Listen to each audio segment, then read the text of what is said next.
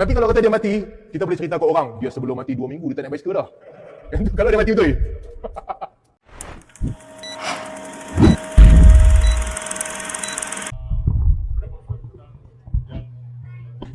Ustaz, okey, nak tanya Ustaz, apa pendapat Ustaz tentang kepercayaan orang Melayu kita tentang tanda-tanda kematian 100 hari, 40 hari, 7 hari, 3 hari, 1 hari tu.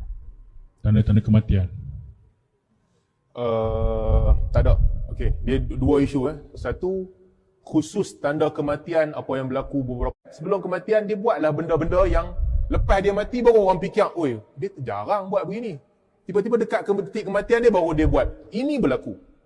Ini berlaku. Berlaku kepada ramai orang. Cuma dia sendiri tahu tak yang dia akan mati? Dia tak tahu.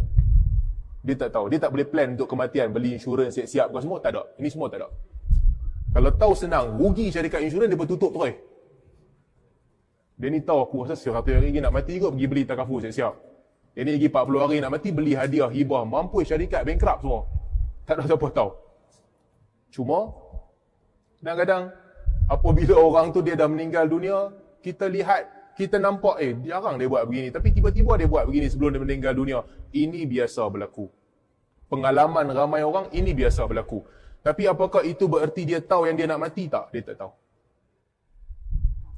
Ini termasuk di dalam bab takdir Allah Subhanahu Wa Taala untuk meletakkan seseorang dalam keadaan tu ketika dekat dengan detik kematian dia, dalam keadaan tu berlaku. Sebab itulah dalam hadis Nabi SAW sebut, wa inna rajulan ya'malu bi'amali ahli al-jannah fima yabdu linnas fayasbiqu alaihi al-kitab fayamalu bi'amali ahli an-nar fadakhala an-nar. Akan ada orang yang pada pandangan manusia dia melakukan amalan ahli syurga. Sepanjang hidup dia buat amalan ahli syurga. Tetapi ketentuan Allah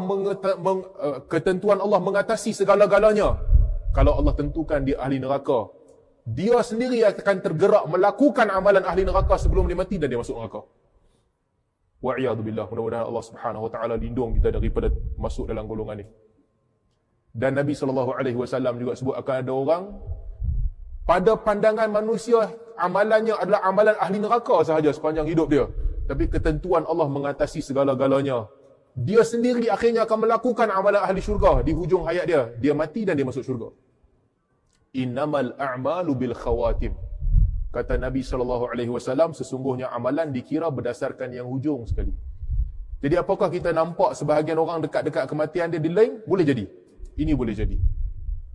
Kerana Allah Subhanahu Wa Taala tentukan orang nak buat apa pada bila-bila masa. Tetapi apakah orang boleh tahu yang dia nak mati? Tak ada siapa boleh tahu. Jadi ini dua isu yang berbeza. Ala kulli hal, juga berkaitan dengan isu orang tahu tak tahu dia nak mati ni. Tingkah laku pelik-pelik ni, dia berlaku banyak kali dalam hidup kita. Kan, dia berlaku banyak kali dalam hidup kita. Kita ubah rutin kan, berlaku banyak kali. Ia bukanlah bererti ubah rutin ni orang tu nak mati.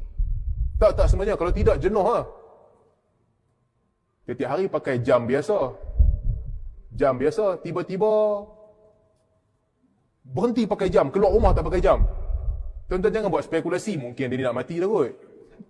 Jangan buat spekulasi macam tu, mungkin dia tak mati pun. 4 bulan dah, tak pakai jam, tapi tak mati-mati juga dia ni. Tak. Keluar daripada rutin bukan tanda orang tu nak mati. Sebab kita biasa keluar daripada rutin. Kan? Geng-geng kita naik basikal ke lari kan. Basikal lari setiap hari, tiba-tiba 2 minggu tak naik basikal. Dia ni mungkin dekat dah kot. Tak, belum tentu. Tapi kalau kata dia mati, kita boleh cerita ke orang, dia sebelum mati 2 minggu dia tak naik basikal dah.